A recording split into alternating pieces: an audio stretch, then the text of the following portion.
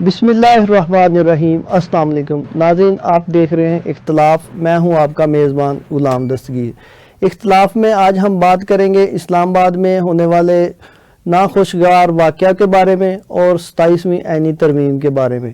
اس پر میں اپنے مہمانوں کا تعارف کرواتا چلوں۔ راجہ محمد خان صاحب تجزیہ کار، ملک عتیق صاحب تجزیہ کار۔ راجہ صاحب بہت شکریہ، آپ دونوں نے وقت دیا۔ راجہ صاحب، آج جو اسلام آباد میں خودکش دھماکہ ہوا اس کے بارے میں کیا کہیں گے آپ؟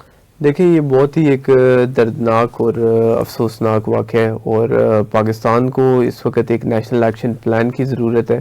جس طریقے سے 12 جانیں جا چکی ہیں، 27 سے زیادہ لوگ ہمارے زخمی ہوئے، اور اسلام آباد جیسا جو ایک کروشل ایریا ہے وہاں پر حملہ ہوا ہے جس طریقے سے کھلے عام، تو اس وقت جو ہے ہماری فورسز کو، ہمارے اداروں کو، ہماری پولیٹیکل پارٹیز کو، بالخصوص ہماری عوام کو، سب کو ایک ساتھ مل کے چلنا پڑے گا۔